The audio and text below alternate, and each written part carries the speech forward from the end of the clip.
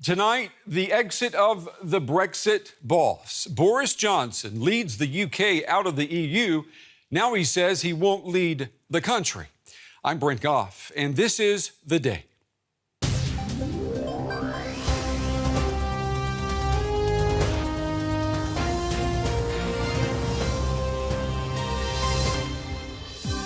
I must tell you, my friends, you who have waited faithfully for the punchline of this speech, that having consulted colleagues and in view of the circumstances in Parliament, I have concluded that person cannot be me. A decision that has rocked the UK. No Boris Johnson in the race for British Prime Minister. Reaction just as shocking as the announcement. The Scottish actor Ewan McGregor tweeting expletives that we can't say or show. Here's what the message looked like before he deleted it. And now the bookies are redoing the math and taking new bets. Tonight, odds are on a woman compared to Margaret Thatcher. Brexit means Brexit. The campaign was fought, the vote was held, turnout was high, and the public gave their verdict. There must be no attempts to remain inside the EU, no attempts to rejoin it through the back door, and no second referendum. Well, welcome to the program, everyone. On the day, political London looked like the cliffhanger episode of a British House of Cards written by a 21st century Shakespeare who had a blonde Julius Caesar in mind. Boris Johnson, the unruly Brexiteer boss who led the UK 1 week ago today to leave the European Union, shocked just about everybody today when he said he will not be in the running to become the next prime minister. Just a couple of hours earlier, he had learned via a supposed email leak that his campaign manager, Michael Gove, had announced his own candidacy for prime minister. Well, to drive the dagger deeper, Gove wrote that Boris Johnson is unfit to lead. Now, there had been talk of a Johnson-Gove ticket, BOGO, they were saying. But rumors had spread that Gove was the one attracting MP support, not Johnson, so more of a go-Bo ticket. Well, tonight, it's simply no Bo. A whirlwind turnaround from where Boris Johnson stood just 4 months ago. I will be advocating vote leave, or whatever the team is called. I understand there are many of them. I think that is basically because I want a better deal for the people of this country. This is not a time to quail. It is not a crisis, nor should we see it as an excuse for wobbling or self-doubt, but as a moment for hope and ambition for Britain.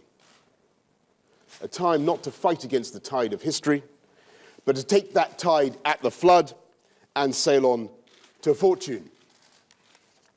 This is our chance. I'm joined now by David Charter. He's the Berlin correspondent with The Times, and he's also author of the book Europe In and Out. He wrote, as we've been saying, the Bible on Brexit. It's good to have you back here at the big table, David. So was Boris Johnson today a loser, a coward, or a schemer? What did we see? Well, look, we've gone from Brexit a week ago to Borexit or Borisit today. I think he's a bit of all three, but I think he's only succeeded at being a loser and a coward today in the eyes of the British people. He schemed so much to get to this position where he was on the verge of getting through the door of number 10. Yeah. And at the very last, at the very final hurdle, or the one before last, yeah, he's pulled out. It looks to me like he's a loser. He hasn't quite made it, and no one can tell now whether he will ever get the chance again. Well, you know, for those of us who read our Shakespeare, as we were supposed to do, there's a line from Julius Caesar that Boris quoted today. He said, "There is a time to fight against the tide of history, but to take that tide right now at the flood and sail on to fortune." So, you know, I heard that and I was wondering, well, does he want us to see him as Caesar? But that quotation was actually by Brutus. So is he foreshadowing what is to come for Michael Goff. It's funny he should choose that quote, really, because Boris was Brutus to David Cameron. Yes. David Cameron was Caesar. In fact, he still is. He's still just about clinging on in the forum. But now the dagger has been removed from the back of Cameron. It's been taken out of the hand of Boris. And it's been plunged into Boris by Gove. Yes. No one saw this coming. It was a complete surprise, even to real, hardened, close supporters of Boris Johnson. They didn't know he was going to pull out. Yeah, it's amazing. Let's take a listen right now to what people in London were saying today, just after the announcement. I thought he had a strong chance. Yeah, I'm very surprised. I think he should have gone for it, considering he was, big against voting out. If he's not going to stand, what's the point in the fact that it happened in the first place? I can't say I'm too surprised, to be honest. He doesn't seem to command much support, and I think that you'll see a Blair Barrett Brown power share agreement between him and Gove, but there's a handover in a few years' time. And we have some social media reaction we want to take a look at. Let's look at that as well, David. Boris Johnson's surprise announcement, it has drawn both cheers and jeers on social media. Suzanne Evans, she's spokesperson for the anti-EU UKIP party, and she wrote that she's very proud of Boris Johnson. She adds that his decision to step aside for others to push Brexit forward proves, quote, he's no egotist.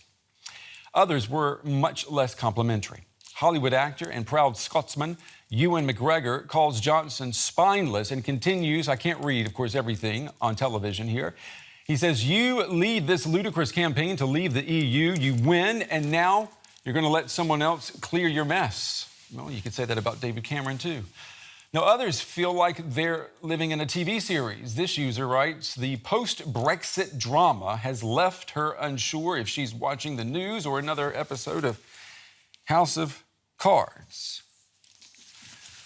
It is amazing, isn't it? I mean, we couldn't make this stuff up, even if we tried. Once the dust does settle, the bookies right now, they say that all their money is going on Theresa May. What do you say to that? I think the smart money was always on Theresa May, because there was a poll just shortly after David Cameron announced he was resigning, and it showed Theresa May was slightly ahead of Boris Johnson. They were the two who were expected to emerge and to go to the Conservative leadership, because it's an election process where the Conservative Party members vote on the top two candidates. First of all, they've got to be whittled down to go to them. Right. But that plays very well now, especially into Theresa May's hands, because her nearest challenger is Gove, but he's now seen as rather treacherous. Exactly. And Theresa May is seen perhaps as a more reliable and experienced figure. Yeah, I mean, she is, as people have said, she is the next Maggie Thatcher. She was not the biggest Brexiteer. We have to remember that as well. And I'd like you to take a listen to what she said not so long ago as Home Secretary about Britain's role in the UK. I'm very clear that decisions taken here help to protect the United Kingdom's security and safety. And as we look at issues like the movement of illegal firearms across Europe, the sharing of criminal records, reducing the pull factors that is leading people to want to migrate into Europe, I'm very clear that the United Kingdom can take a lead. Taking control is not about walking away from the table. Taking control is about making sure that our voice is heard and that it counts. But we can only take a lead on these issues if we're sitting around the table in the first place. Thank you. That's amazing stuff to hear today. How in the world, if she is Prime Minister, how in the world is she going to be able to lead negotiations to get Britain out of the EU and to get the terms that the Brits say they want? I think she's in quite a good position to lead negotiations, because she hasn't burnt any bridges with the EU, with Brussels, because she was actually for Remain, although she didn't campaign very much. We never saw her. But she, as a Home Secretary, the longest-serving Home Secretary for 100 years, she has been going back and forth to Brussels for years to deal with home affairs matters, and she knows all of these characters in Brussels and in the European Union. And it would have been extremely difficult after what was said in the campaign for Boris Johnson to go to Brussels and get a fair hearing, actually. Yeah. There would have been a great desire to punish him, perhaps, for his role. OK, let's talk about the other candidates just briefly here. We've got Stephen Crabb, we've got Liam Fox and Andrea Leadsom, who, Andrea Leadsom, by the way, 24 hours ago was also a Boris Johnson supporter. This is another case of, stabbing someone in the back, you could argue. Of any of these three, though, do you think they'll make it to the final two? Well, I think Theresa May will definitely be in the final two. It's actually hard to tell whether Michael Gove will make it along with her because of the way he's behaved in the last 24 hours, because of the way he's got there. Andrea Leadsom is probably she's the most likely of the other three to come through, which would be an all-female runoff. Yeah. Would be quite incredible for the Conservative Party, that's for certain. And that's because she was a very strong leaver. She wanted to leave the EU just as Gove did. And she has very strong business credentials. She's had a proper job in the City of London, as well as being a politician, which is appealing. It is interesting, too, you say this about the women, and I've heard some commentators say today that, ironically, it may actually be the women who get power in the next election and who keep the EU, or the UK in the EU at the end of the day. I mean, who knows? Of course, that's, a little bit in the future. Let's talk a little bit about the age differences in this Brexit. If you can, we'll swing around here and look at the big wall. That Great Britain is deeply divided following the Brexit referendum is becoming ever clearer. The split between young and old is especially apparent, made plain by figures that were released since last week's referendum. Take a look at these now. 75% of the voters between the ages of 18 and 24 voted to remain. And as you see right there, only 25% voted to leave. Now, in the next age group, 56% were in the pro-EU camp, while Brexit supporters were in the minority at 44%. Now, that was a mirror image of the preferences of 50 to 64-year-olds. 44% against leaving the EU, with 56% in favour. And support for Brexit was even stronger among older voters. 39% voted to remain, whereas, as you see right there, 61% voted to leave. While the young supported staying in the EU, they did not turn out in the numbers that older viewers did. In fact, fewer than half actually voted. We visited one London suburb to get a close-up look at the UK's great age divide. Carol Mackenzie's bookshop still looks like a campaign office. The pensioner was a strong supporter of the Leave camp and a very vocal one, not afraid to give her opinion. Her main concern, immigration. I think it's getting to a stage where I think we won't even have any tap water because we'll be so overcrowded. That was one of my main reasons, and my other reasons, I don't like being told by the EU what we can do. Most of her customers agree with her. We fought 2 world wars for our freedom. Why give it away to others? And as far as I'm concerned, I don't want to live in the United States of Germany, which will, obviously, it would become. A view many of the older people here in Uxbridge share, Carol tells us, and one that drove a huge majority of them to the ballot box. So the town in the far west of London ended up being one of the very few parts of the capital that voted Leave. A decision most of its younger residents don't agree with. The fact that I can travel into Europe, any country I want, stay there, live there, study there if I want to. So it has loads more opportunity for younger generations. So yeah, that's why I do stay in the EU. I mean, I think it was a stupid decision, but it's their democratic right to vote. So there's no point just complaining that we're out now. Might as well just look to the future and try and live with it. But living with it might not be possible for everyone. The spike in xenophobic hate crimes since the referendum has shaken many Europeans who had thought of Uxbridge and Britain as their home. Now I look at people differently, look to English people, because I think that they don't want me to be here, and I don't know, I feel bad about it. And I live here for 2 years, and right now I'm seriously thinking about leaving back to my country. A decision the Leave voters here in Uxbridge might actually welcome. But there have been other consequences to their vote, such as political chaos in both the Conservative and Labour parties, as well as a sharp decline in the pound's value. Consequences Carol and her customers were not prepared for. I didn't think it'd end up in a mess like this. I came in Friday morning elated, my England top on, my Leave badges, but really, really happy.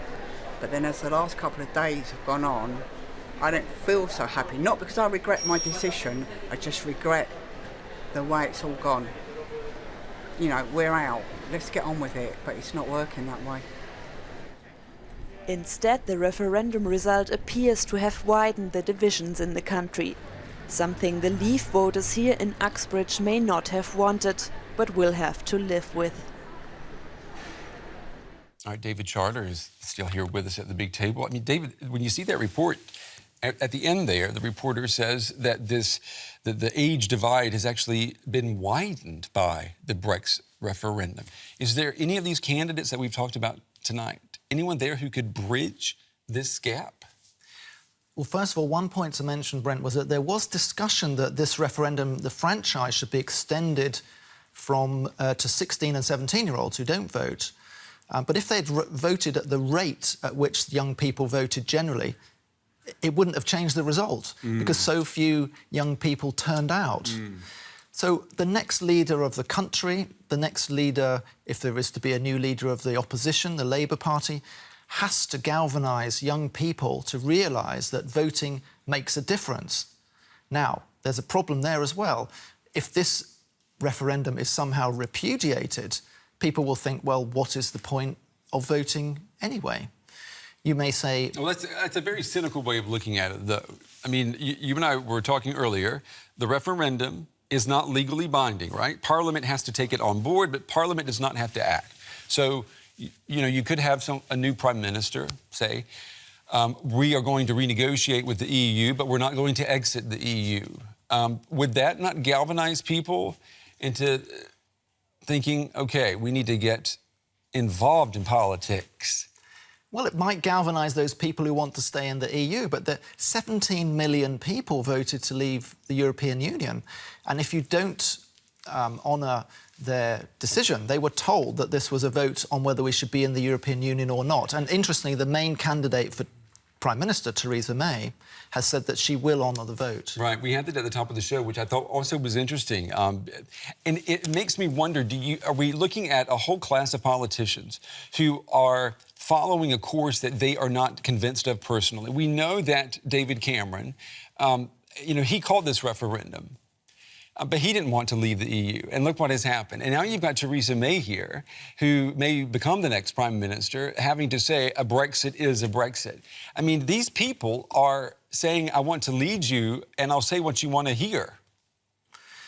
But the politicians regard the referendum, rightly or wrongly, as the instruction of the nation. I have to say it was probably a big mistake to call the referendum in the first place, although when you look at how it came about, it was a vote of 6-1 in Parliament. So MPs were pretty united in saying this is such a big constitutional decision that it's only a referendum, a plebiscite of the people that is big enough to decide this big question. Now, you can argue about the campaign, but the die has been cast, I think, on this. And on the other hand, on the other side of the coin, we've got all the leaders in Europe, in the EU, desperate for Britain just to say what it wants and to get on with it, because the uncertainty is weakening not just the pound, but also the euro. Oh, of course. I mean, everyone is suffering by this limbo that we're in right now. And what about the fact that no one seems to have a plan? The Brexiteers, if you talk to any of them, and we've talked to a lot this week, they can't lay out a blueprint for, one, how the Brexit will look, and also what the UK will look like post-Brexit. you know, looking at it as a journalist, you have to think, gosh, I mean, how irresponsible, but it also makes you think how incompetent are these people? Well, I think that the one person who had the clearest idea among the senior leavers was Michael Gove. He was very clear that if Britain leaves the EU, it leaves the single market, because that's the way to stop the free movement of people. And that's because immigration was the big driving issue that drove people to vote to leave.